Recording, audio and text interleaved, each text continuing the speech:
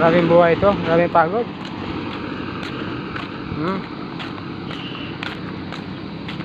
Sa ulong init.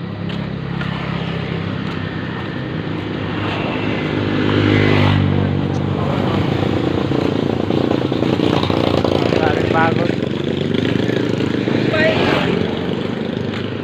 Pero talagang gano'n. Kailangan natin magtiyaga. Hindi lang para sa atin, kundi para sa pamilya natin, di ba? Pagtapos magtrabaho, maglalakad pa, awi. Ay, okay lang. Parang ganun eh. Tsaga-tsaga ba para sa pamilyang ating mahal.